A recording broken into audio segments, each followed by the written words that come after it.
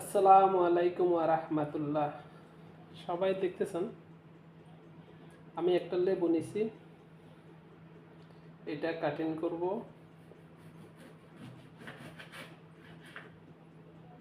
Cutting করতেছি, এটারে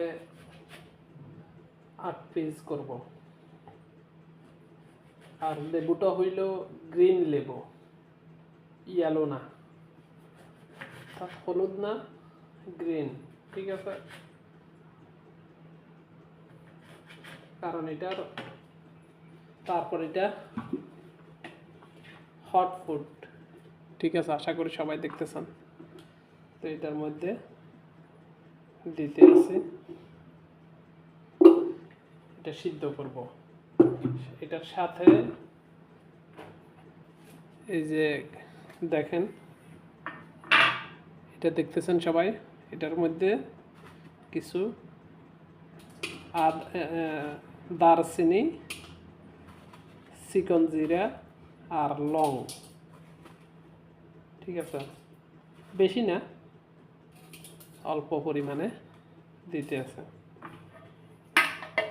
সাথে একটু তেজপাতাও দেব।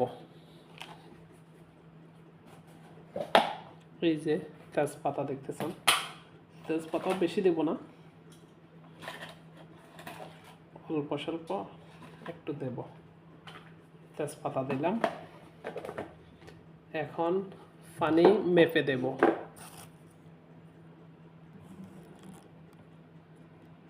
বন্ধুরা দেখতেছেন, আমি 1 গ্লাস পানি নিছি, এরকম 2 গ্লাস পুরা পানি এখানে দেব।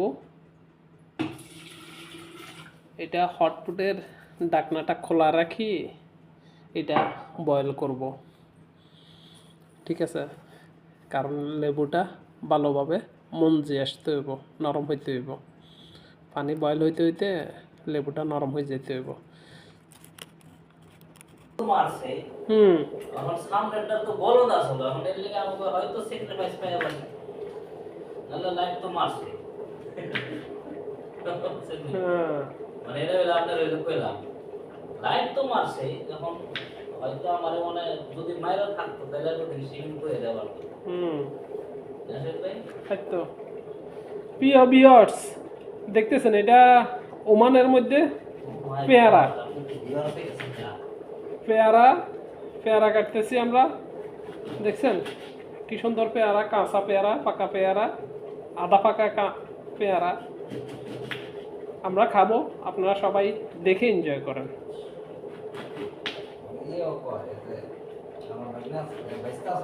হ্যাঁ,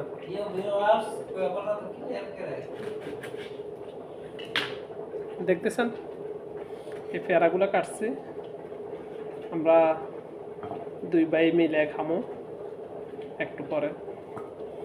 আবার আসলে কেউ কিছু মাইন্ড করবেন না, কারণ আমি আমার পেজ শো করি না।